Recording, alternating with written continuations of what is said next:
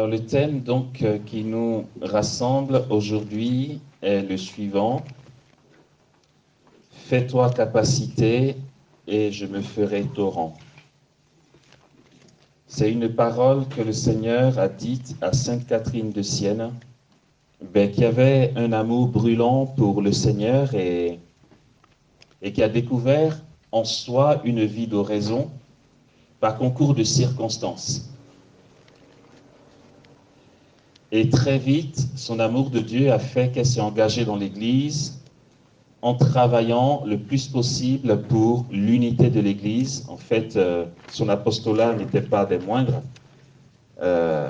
C'est une jeune fille, elle avait la vingtaine quand elle a commencé à dialoguer avec les papes et tout pour que les choses se mettent en place dans l'Église.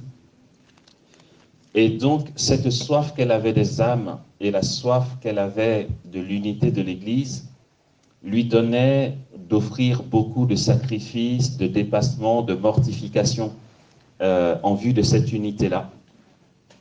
Et c'est dans ce contexte que Jésus l'a encouragé à donner sa vie pour qu'il restaure les choses, d'où cette belle parole qui traverse les siècles. Fais-toi capacité et je me ferai torrent. Au nom du Père et du Fils et du Saint-Esprit. Amen.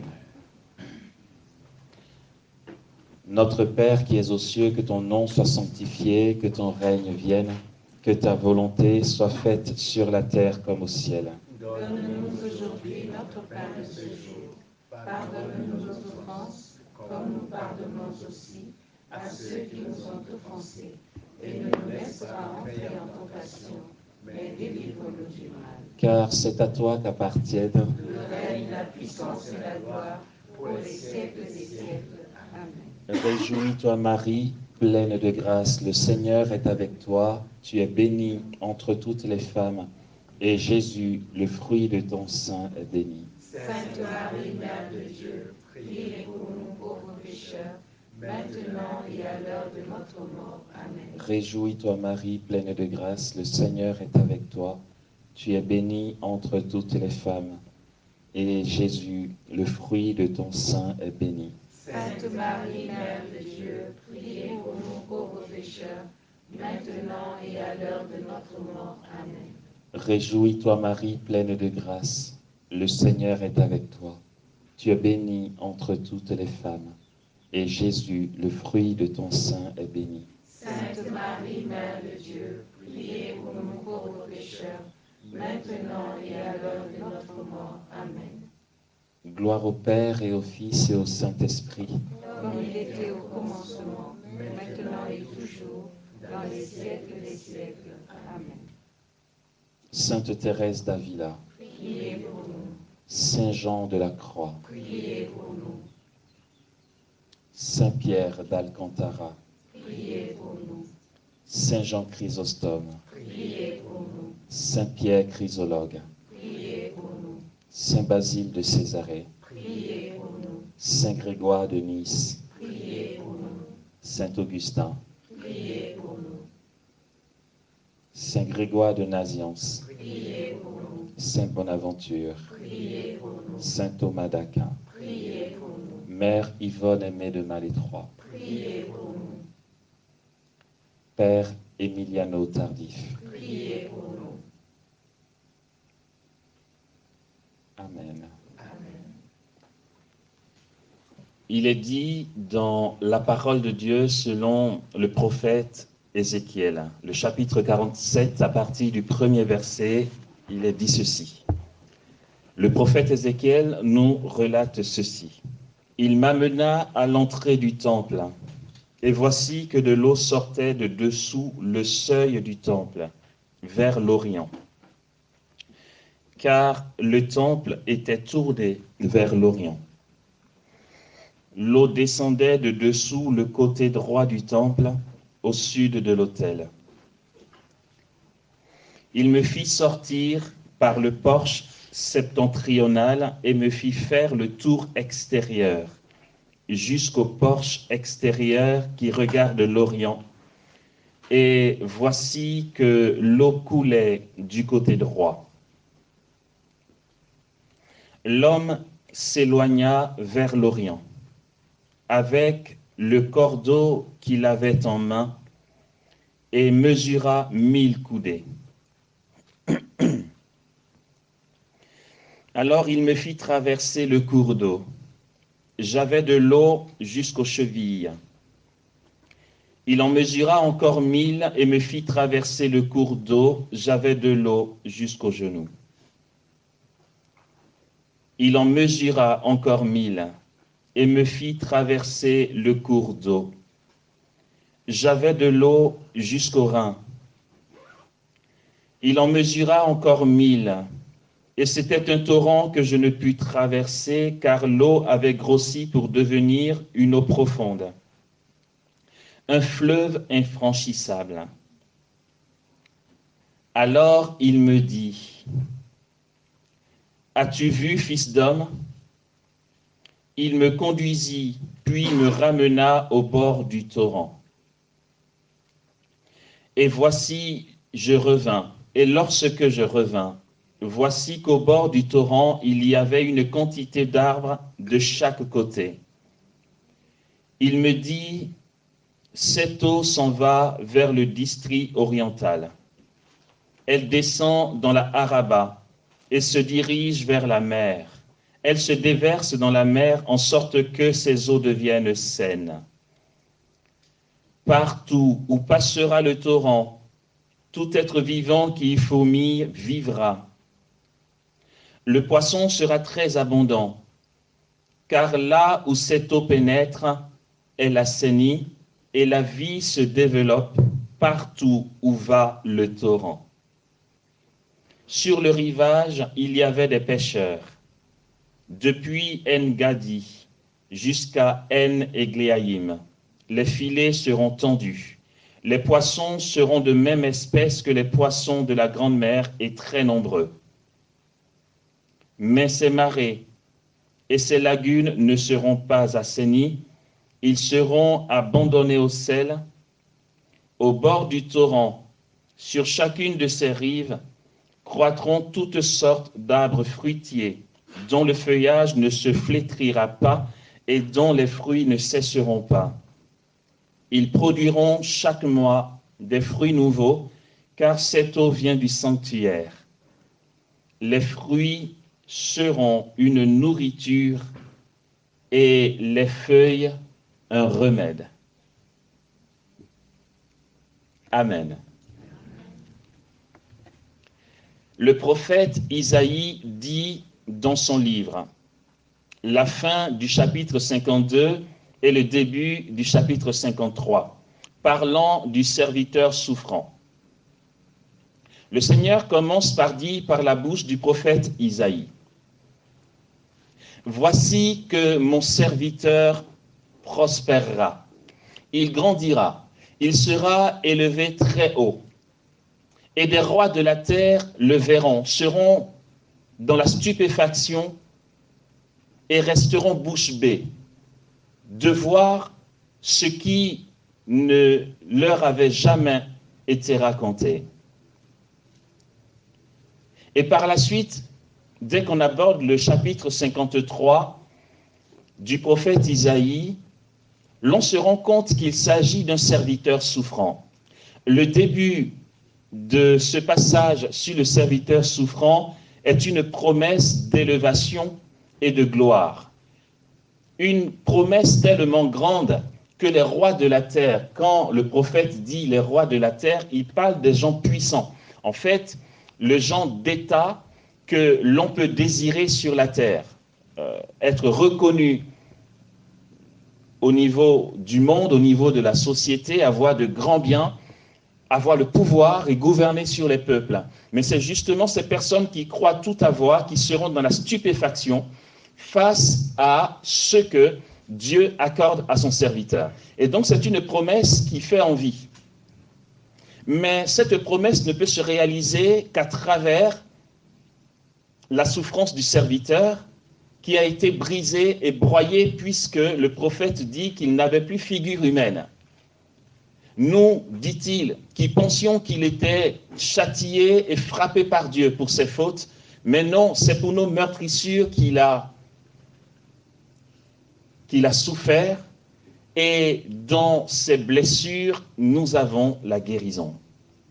Hier, l'Église célébrait le Sacré-Cœur de Jésus, et avec certains des membres de l'équipe, nous étions à la cathédrale de Créteil, où il y a eu une veillée du Sacré-Cœur. Nous avons fait cas de ce que Jésus dit en Jean 7, les versets 37 et 38. Il dit, « Si quelqu'un a soif, qu'il vienne à moi, celui qui croit en moi, selon les mots de l'Écriture, des fleuves d'eau vive couleront de son sein. » Et cette parole se réalise pleinement à la croix lorsque Jésus est transpercé et que de son cœur jaillit l'eau et le sang.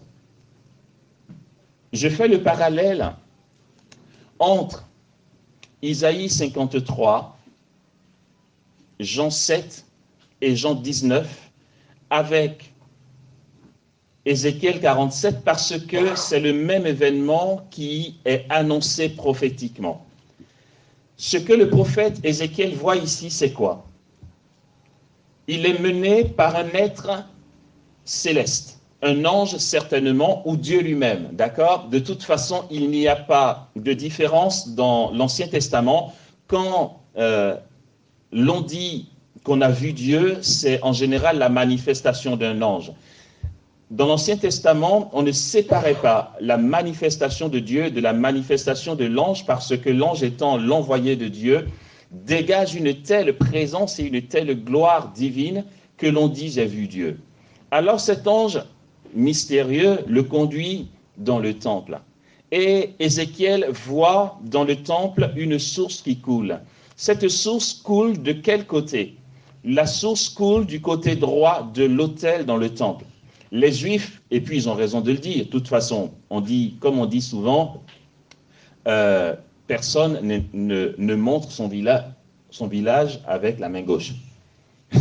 Ça veut dire que tu ne dis pas de mauvaises choses sur ton village ou le lieu d'où tu viens. Les Juifs diront, et je suis d'accord avec eux, enfin, ils avaient raison dans le temps, ils disent que Jérusalem est le centre du monde. On a envie de dire, ok, c'est ça, et puis quoi encore? Moi, je dirais la Côte d'Ivoire est le centre du monde. Mais bon, et ils ont une raison de le dire. Ils disent Jérusalem est le centre du monde, le temple est le centre de Jérusalem, et le Saint des Saints est le centre du temple. Parce que c'est le lieu de la présence de Dieu. Rappelons-nous, Jésus dira à la femme samaritaine, « Crois-moi, femme, l'heure vient où ce n'est plus ni sur cette montagne, ni à Jérusalem qu'il faudra adorer Dieu. » Puisqu'elle dit, les Juifs, ils disent que c'est à Jérusalem qu'il faut adorer Dieu, mais pourtant, nous, nos pères nous ont dit que c'est sur la montagne du Sinaï qu'il faut l'adorer. Pourquoi le Sinaï? Parce que c'est justement là où Dieu a donné la Torah, les 10 paroles à Moïse. Jésus dit, ce n'est plus ni à Jérusalem ni sur cette montagne. Les vrais adorateurs adoreront Dieu en esprit et en vérité. Parce que pour le juif, et vous savez que les juifs qui sont dans la diaspora ou encore en exil, d'où ce psaume qui dit, sur les bords du fleuve de Babylone, nous étions assis et nous pleurions, nous souvenons de Sion. Okay? Ce beau verset de la Bible qui dit, si je t'oublie Jérusalem, que ma langue s'attache à mon palais, que ma droite se dessèche si je perds ton souvenir. C'est que pour le juif, c'est à Jérusalem qu'il y a Dieu. En dehors de Jérusalem, il n'y a pas Dieu. C'est dans le temple qu'il y a la présence de Dieu. Et donc les juifs de la diaspora, quel que soit là où ils sont, sur le globe terrestre, vont se tourner dans la direction de Jérusalem pour prier. Et c'est un bel exemple que nous-mêmes nous devons prendre. Personnellement, ça m'est arrivé de faire ça. Et vous savez quoi, ça marche. Tu peux être fatigué, tu sais que dans ta paroisse, le Saint-Sacrement est exposé, mais bon, tu n'as pas la force physique de t'y rendre. Moi, je fais l'adoration de chez moi. Je me tourne du côté de la cathédrale de Dax et j'adore Jésus qui est exposé à la cathédrale de Dax. Pourquoi pas? Why not? Je veux dire, Jésus est hors du temps et de l'espace. Le mur n'est pas un obstacle. Même si tu vas à la cathédrale de Dax, l'ostensoir qui est exposé te sépare de Jésus par une vitre. Alors que la vitre soit fine ou épaisse, c'est pareil pour les murs qui me séparent de la cathédrale de Dax. J'adore Jésus comme ça. Et donc les Juifs, ils font ça, ils se tournent vers Jérusalem pour adorer Dieu. À juste titre, jusqu'à ce que nous entrions dans la nouveauté christique où le Christ vient accomplir la loi et donc désormais les vrais temples, ce sont les chrétiens, les baptisés. Nous sommes Christophores, nous sommes théophores, ça veut dire porteurs du Christ et de Dieu. Ézéchiel, dans son contexte, ne connaissait pas encore le Messie. Ce qui fait que dans le contexte d'Ézéchiel, le temple, le cœur du temple était la présence de Dieu, le Saint des Saints. Ce lieu, nous savons, dans le temple, il y avait le lieu du peuple, ensuite le lieu où les prêtres se mettaient, ce lieu-là s'appelait le Saint. Et puis il y avait un autre endroit où personne n'entrait, qu'on appelait le Saint des Saints.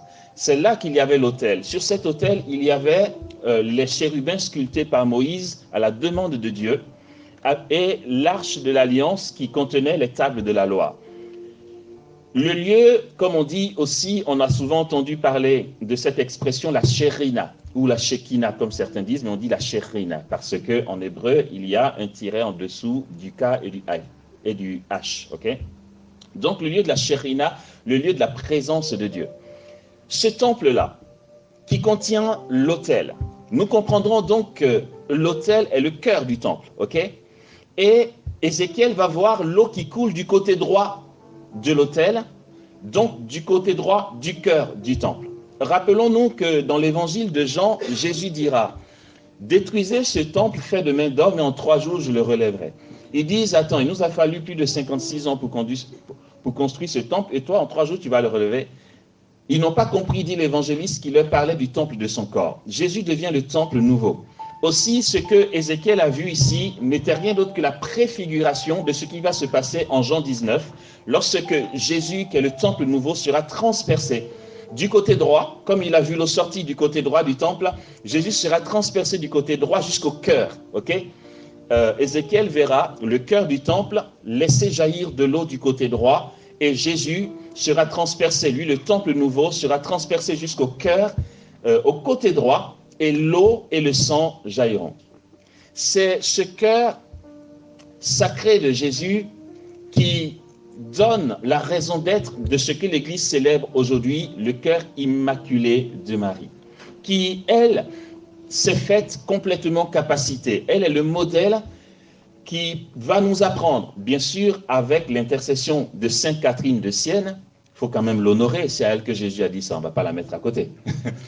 Mais Marie est vraiment celle qui va nous apprendre à rester docile à l'abondance de grâce que Dieu donne afin de devenir complètement malléable entre ses mains. La Sainte Vierge n'a eu besoin de rien faire pour devenir ce qu'elle est aujourd'hui. Elle s'est reçue de Dieu, simplement. Elle découvre elle-même les merveilles de Dieu dans sa personne. Elle est spectatrice de ce qu'elle est. Elle ne se glorifie pas. Elle n'en tire aucune gloire. Elle remet toute la gloire à Dieu qui a bien voulu poser son regard sur elle. Elle dira dans le Magnificat, il a jeté les yeux sur l'abaissement de sa servante. D'autres traductions diront sur la petitesse de sa servante, mais initialement, il est dit, il a jeté les yeux sur le rien de sa servante. Autrement dit, je n'étais rien. En fait, tu enlèves Dieu, je ne suis rien. Je n'étais rien, et puis il m'a vu. Et il a daigné manifester en moi tout ce qu'il manifeste là. Il y a cette petite histoire qui circulait sur WhatsApp, j'aime bien. C'est 2 ânes qui se baladent à Jérusalem. Okay? Et puis, dans leur causerie, il y en a un qui dit « C'est fou, hein? Tu sais, la semaine dernière, j'ai été réquisitionné par les disciples de Jésus et Jésus est monté sur mon dos. Et puis on est rentré à Jérusalem Et les gens acclamaient et tout, c'était trop bien. Bon, depuis qu'il est descendu de mon dos, plus personne ne me regarde. Et puis l'autre qui lui répond, eh oui, c'est ça, sans Jésus, on n'est rien. Je trouve ça très très beau. C'est que c'est, bon oui, c'est, Marie n'est pas un âne, elle n'est pas un âne, vous comprenez bien ce que je veux dire, c'est que Marie, tu lui enlèves Dieu, elle n'est rien. Et justement, frères et sœurs, il faut qu'elle ne soit rien. Sinon, ce que Dieu a opéré en elle ne peut pas s'opérer. Si nous sommes quelque chose, il y a un risque de rivaliser avec la présence de Dieu en nous. Marie n'est rien. Et Marie n'a rien. C'est à ça que Dieu nous appelle. Ok. Vous allez voir comment nous allons planter le décor par cette première partie de prise de parole. Fais-toi capacité et je me ferai torrent. Le prophète Ézéchiel fait l'expérience d'un fleuve qui jaillit. Et la marée monte au fur et à mesure. L'être avec qui il est mesure 1000 coudées. Il a l'eau, dit-il, jusqu'aux chevilles. Ensuite, il en mesure encore 1000. Il a l'eau jusqu'aux genoux. De toute façon, cette image nous parle déjà très bien. Ah ouais, petite parenthèse, comme ça je fais mon kéké, d'accord? Ouais. J'étais en Israël dernièrement, au mois d'avril, et puis on a fait 20 jours à Jérusalem et 20 jours à Tibériade. Non, ça dit bien la chose, c'est que, bon, j'ai pas honte de le dire, de toute façon, j'ai rien à défendre, je suis ce que je suis, je ne sais pas nager. Je sais que c'est enregistré, le monde entier qui entendra va se moquer de moi, mais c'est pas grave. Je ne sais pas nager. J'étais avec un aîné et nous avons été au lac de Tibériade. Le lac de Tibériade, rappelons-nous, c'est là où Jésus est apparu aux apôtres après la résurrection, là où il a dit à Pierre, jette le filet, ils ont jeté le filet, ils ont pris beaucoup de poissons. C'est au bord du lac de Tibériade aussi que Jésus a braisé du poisson, ils ont mangé. Et c'est aussi là qu'il y a eu la tempête où ils ont dit, Seigneur, tu ne vois pas qu'on va mourir. Et c'est aussi là que Jésus a marché sur les eaux. Donc, je vous assure le truc trop fun, quoi. Tu es dans le lac où Jésus a fait un plouf, tu vois. Et puis, moi, je me prélasse dans l'eau, mais je ne vais pas trop profond, je ne sais pas nager. Mais je dis, c'est pas grave. Si je meurs, je serai mort dans le lac du Tibériade. C'est puissant. Mais bon, c'est pas grave. Je ne suis pas mort. Et donc, en fait, on avançait avec cet aîné. Mais bon, j'ai oublié de lui dire que je ne savais pas nager. Enfin, j'ai oublié ou j'ai eu honte de le dire, j'en sais rien. Mais il m'a pris par la main pour qu'on avance dans l'eau. Et puis, on avançait, sauf que tant que tu as l'eau à la cheville, ça va, tu gères encore. Quand tu as l'eau au genou, tu commences à appréhender, mais tu gères. Tu sens que ça ballotte, mais bon, tu as encore toute la force du reste pour tenir. Je lui dis, c'est pas mieux là? Il me dit, ah non, non, non, attends, je ne suis pas venu jusqu'ici pour rester. Non, on va faire, on va aller au moins jusqu'à la poitrine. Et là, je commence à me dire, oulala, qu'est-ce que ça va être? Ma pauvre maman qui est en Côte d'Ivoire, on va lui dire, ton fils est mort dans le lac du Tibériade. Et puis, en fait, voilà, je veux dire, quand tu as l'eau simplement jusqu'au rein, tu commences à perdre pied. Parce que le courant est assez fort. Et ça dit bien ce que le prophète dit ici. Donc, on a avancé jusqu'à avoir l'eau ici, hein, tous les deux. Et heureusement qu'on se tenait la main. Donc, on partait tomber et puis on se tirait l'un l'autre, on était là. Mais c'était bien. Après, j'ai fait un plouf pendant 1 heure dans l'eau. Le truc où tu es... Je ne savais même pas quoi demander à Jésus, tellement j'ai dit, en fait, tu as marché sur cette eau, quoi. Je veux dire, tout ce que je pourrais demander pourrait être restrictif. Donc, je n'ose même pas mettre de mots. Ce que j'ai fait, c'est que je suis retourné tout seul après. Et je me suis mis là où je gère. Je me suis allongé jusqu'à avoir l'eau ici. Je suis resté 1 heure non-stop et j'ai prié en langue pendant 1 heure. J'ai dit, Jésus, envoie, tu vois, tu rentres dans mes pores, tout le truc, tu vois, c'est trop bien. On aimerait, ou du moins c'est mieux d'avoir le contrôle. C'est mieux de savoir nager déjà, ok? Et d'avoir le contrôle. Le prophète dit qu'il avait l'eau jusqu'à la cheville, jusqu'aux chevilles, ensuite jusqu'aux genoux, ensuite jusqu'aux reins. Et puis lorsque cet être a mesuré encore 1000 coudées, c'était un fleuve infranchissable. Ça veut dire, c'est bien au-delà du grand bassin, tu vois. Tu ne maîtrises plus rien. Tu es pris dans le courant. Et ce fleuve-là te mène où il veut. Nous avons ici la symbolique de l'agir du Saint-Esprit dans nos cœurs et dans nos vies. Ça bug parce que nous avons encore trop le contrôle des choses dans notre vie spirituelle. Nous allons l'approfondir, on va voir comment c'est censé fonctionner. C'est une image assez belle de notre histoire avec Dieu et de ce qu'il aimerait vivre avec nous. C'est que la vie chrétienne et l'abondance de grâce dans la vie chrétienne suppose un état de lâcher prise sans peur de mourir. Puisque c'est caricatural, mais ça dit bien la réalité, c'est que dans l'eau, on a peur quand on n'a pas le contrôle. L'on panique très vite dans l'eau. Même les maîtres nageurs reconnaissent que dans l'eau, il faut toujours faire un travail de lucidité. Parce que dès que tu paniques, tu pars en vrille. J'ai un ami qui est maître nageur qui me disait qu'il était au bord d'un lac et puis il s'est baigné et puis bon là, pour le coup, il bronzait. Il a vu quelqu'un qui a sauté dans l'eau. Il n'était pas dans l'exercice de ses fonctions, il a pris juste un week-end tout seul.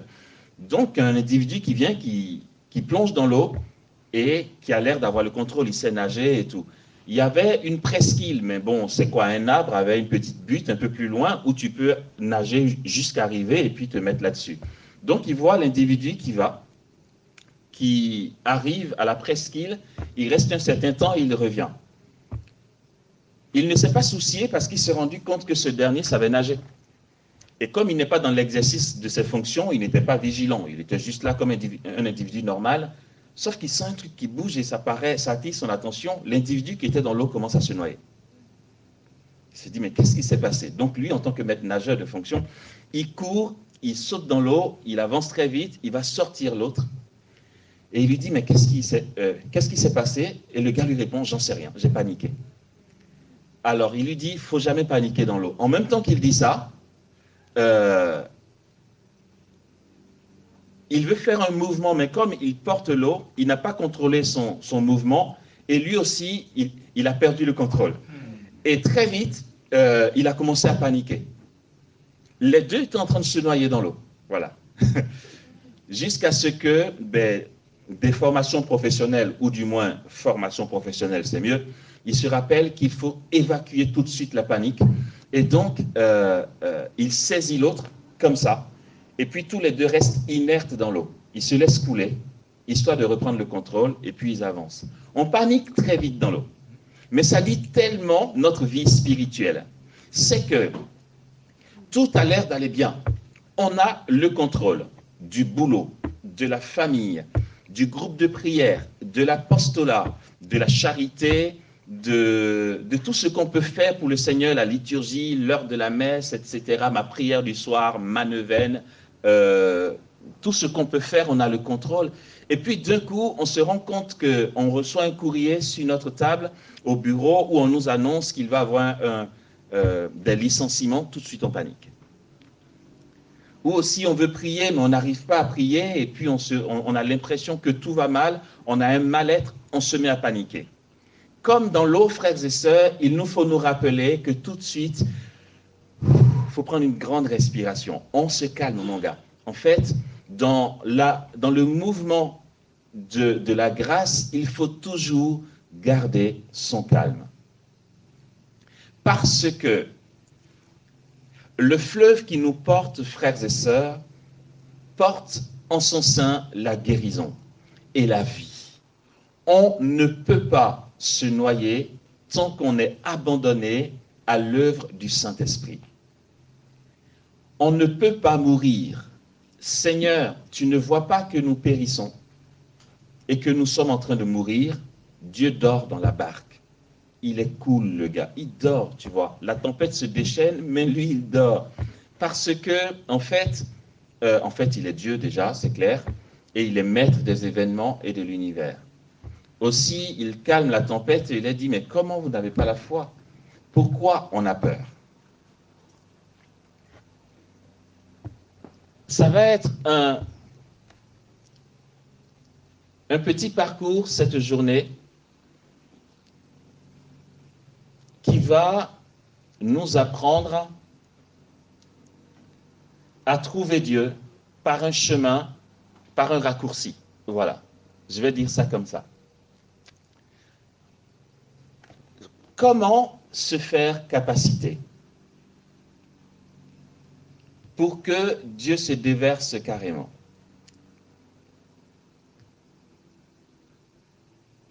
Bien sûr, nous sommes dans une école de prière et le public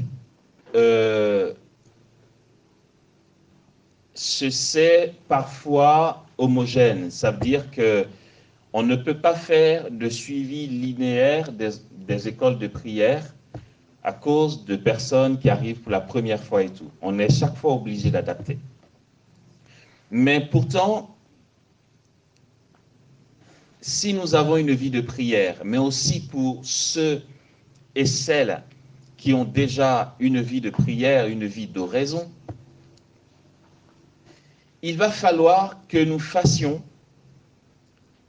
un petit saut, un petit bond en avant.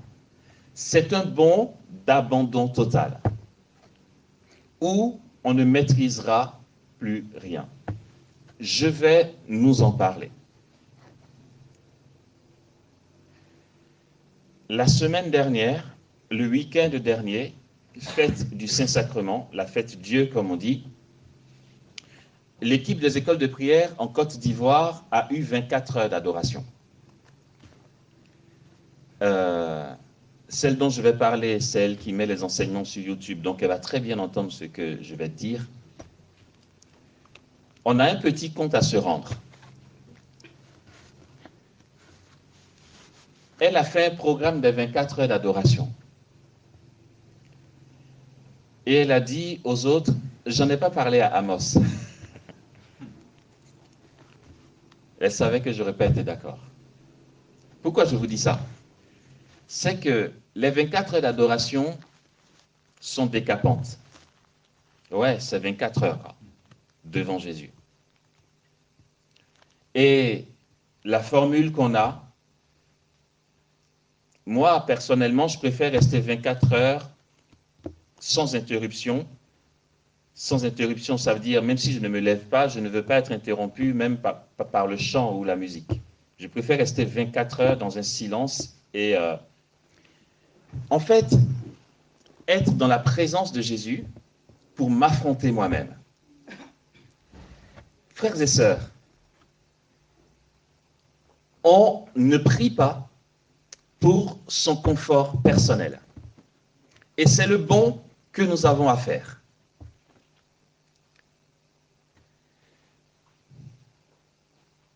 La formule qu'on utilise d'habitude, c'est des temps d'adoration ponctués toutes les 2 heures par un chant. Il y a un organiste et puis il y a un chœur qui est là, qui chante. Donc toutes les 2 heures, on prend un chant, histoire de relancer la force et la lucidité dans la prière. On fait ça parce que des personnes qui n'ont pas spécialement l'habitude de durer dans la présence de Dieu nous rejoignent. Et pour ne pas les faire fuir du premier coup, on trouve un compromis. Mais la semaine dernière, il paraît que c'était toutes les demi-heures qu'il y avait des chants pendant 24 heures. Pourquoi je ne suis pas d'accord?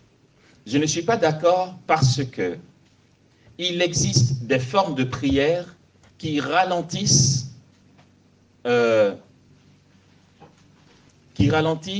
la discipline de nos passions charnelles.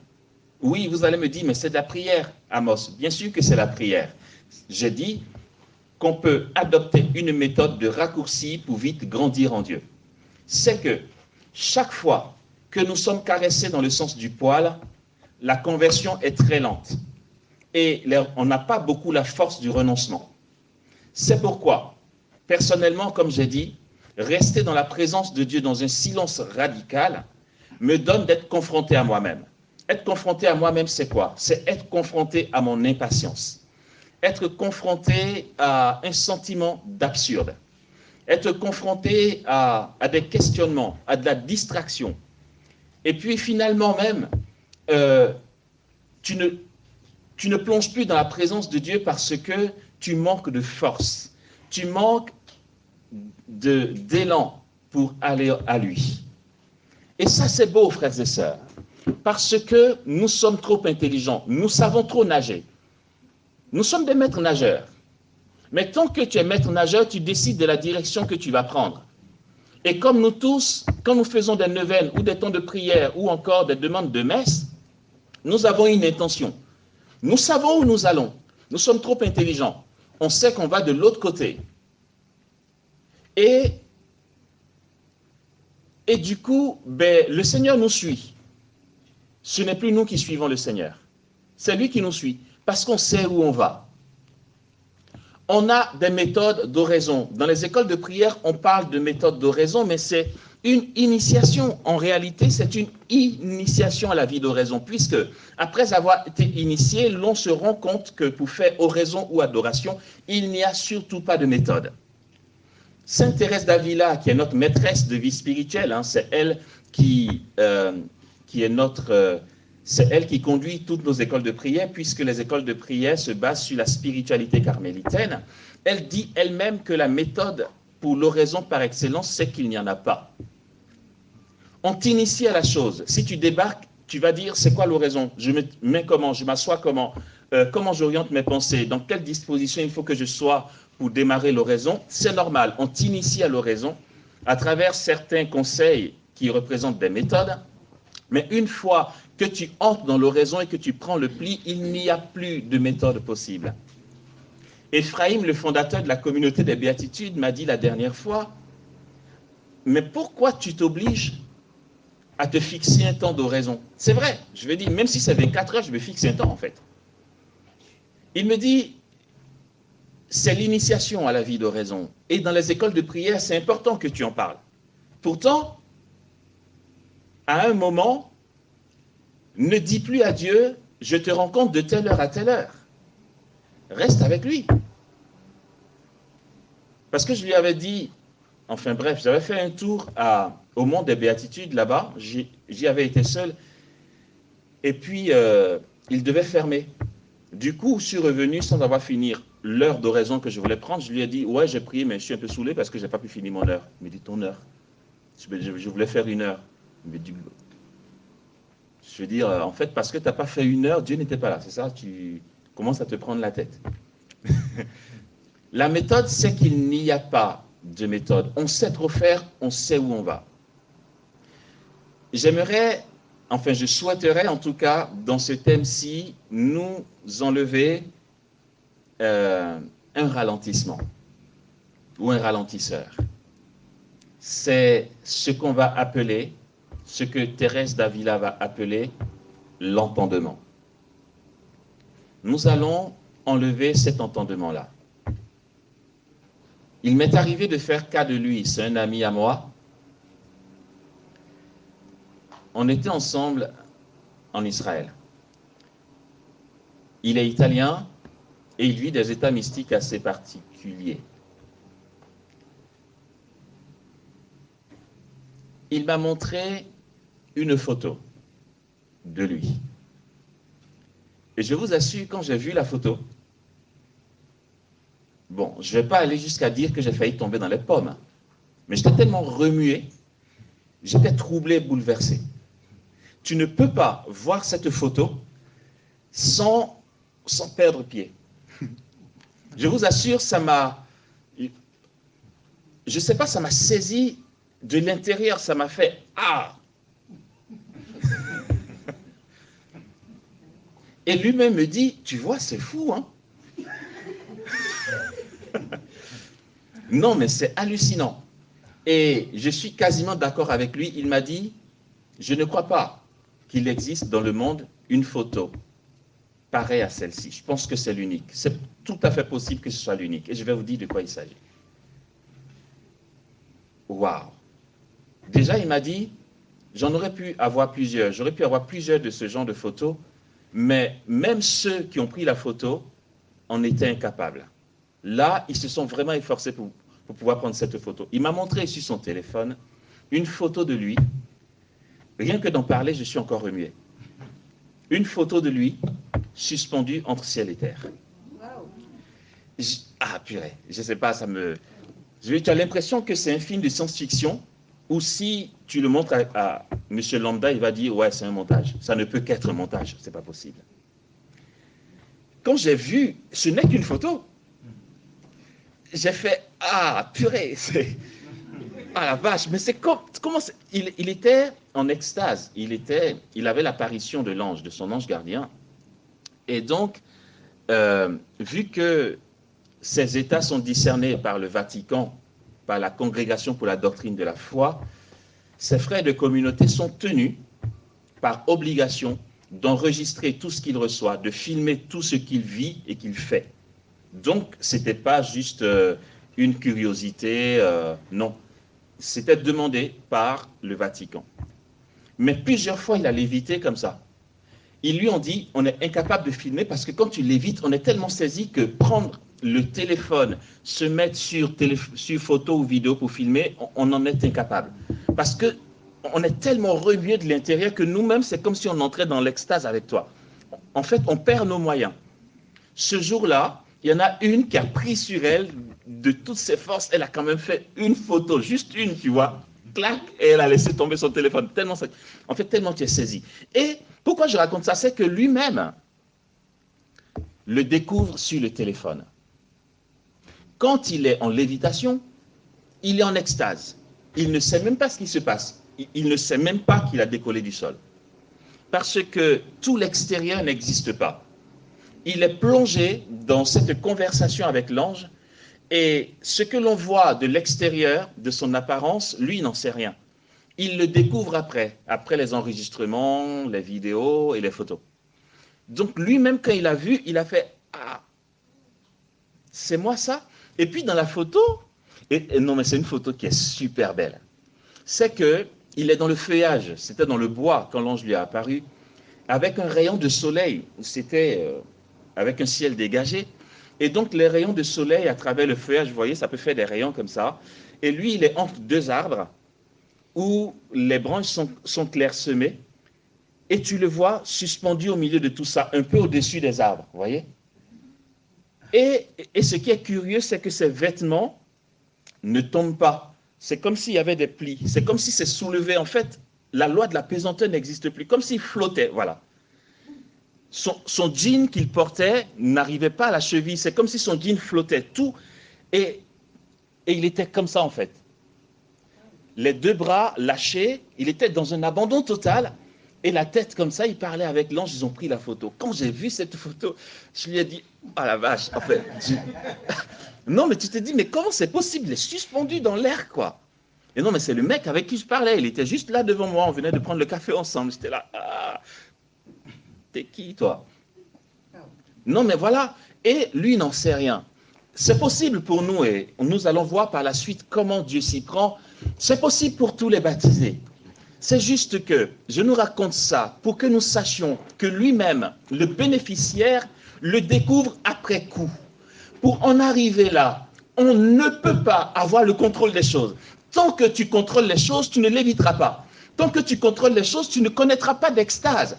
Parce que pour que Dieu te conduise dans un tel état, il faut qu'il y ait un lâcher-prise. Laisse-le faire. Laisse-le être Dieu en toi. Laisse-le te porter où il veut te porter. Mais frères et sœurs, même si tu es le plus grand des théologiens, le plus grand des spirituels, ayant des dizaines et des dizaines d'années de vie d'oraison, tant que tu es encore sur ton savoir-faire, tu seras quelqu'un de très grand spirituellement, mais tu ne perdras pas pied. En fait, tu ne prendras pas l'envol qui donne à Dieu de faire des choses incommensurables par toi. Je ne sais plus où je disais ça, mais je citais cette parole de Marie-Dominique Philippe, le père fondateur de la communauté Saint-Jean, qui dit que la vie mystique, c'est justement d'être caché à ses propres yeux. Un mystique ne sait pas. En fait, si tu dis « je suis mystique, je fais ça », le discernement est très facile, très vite, tu vois. Je fais ci, je fais ça, je suis comme ci, je suis comme ça, etc., etc. Ok, vas-y. En fait, ça peut être vrai et authentique ton affaire, mais tu nous prouves juste que tu es dans les commencements. Quelqu'un qui bondit vraiment dans cette communion, cette union à Dieu profonde, perd pied. Il ne sait même pas qui il est. Il ne sait même pas d'où ça vient. Ce frère-là dont je vous parle, c'est très souvent qu'il me dit, mon cher, quand je l'ai au téléphone, mon cher, il me dit, prie pour mon âme. Je lui dis, ok, si toi je dois prier pour ton âme, et moi donc, je lui dis, non mais c'est vrai, et ce n'est pas une fausse humilité, il est très souvent dans une tristesse profonde et un brisement profond de ne pas correspondre à une telle bonté de Dieu pour lui. En fait, ce que Dieu fait pour lui est tellement grand, il aimerait être à la hauteur, mais justement tous ses actes le contrarient lui, d'accord? Il n'a pas le sentiment d'être à la hauteur. Il n'a pas le sentiment chaque jour de se sanctifier. Il aimerait tellement dire à Jésus, je t'aime par des actes concrets, vu les grâces dont il bénéficie, mais chaque fois, il est déçu de lui-même. Et il n'arrête pas de dire, prie pour mon âme, mon cher, j'en peux plus. Voilà, il dit, mon âme se perd. Et ça, c'est génial. Il n'a pas su faire. C'est pas le monsieur qui va te dire étape 1, ça, étape 2, ça, étape 3, ça, étape 7, tu es en haut. Non. Comment il est arrivé entre ciel et terre, il est incapable de dire. Il ne sait pas. Il s'en remet à l'église. Ses frères et sœurs prennent la photo qui va être véhiculée à la congrégation pour la doctrine de la foi. Et puis l'église va discerner. Et puis on va dire ce qui se passe. Mais en plus, le pire, c'est qu'il ne saura jamais de quoi il s'agit de son vivant. Parce que l'Église ne se prononce jamais sur de tels états tant que tu es encore en vie. Ah oui, parce qu'il ne faut pas qu'on dise « Ok, c'est authentique » et puis demain, tu vas devenir le pire des blasphémateurs. C'est à ta mort qu'on va dire « Ok, regardons ». Donc, je vais dire, il s'en remet à l'Église. Quelqu'un comme ça découvrira vraiment ce que Dieu a fait par lui seulement du ciel. Et l'Église, après lui, pourra écrire en disant il y avait ci, il y avait ça, il a vécu ça, il a fait ci, voici ses écrits, voici les révélations, etc. Et c'est dans ça que nous sommes embarqués, frères et sœurs. Nous sommes embarqués dans un fleuve, dans un mouvement de l'esprit, un mouvement divin, où nous ne savons pas vers où nous allons aboutir.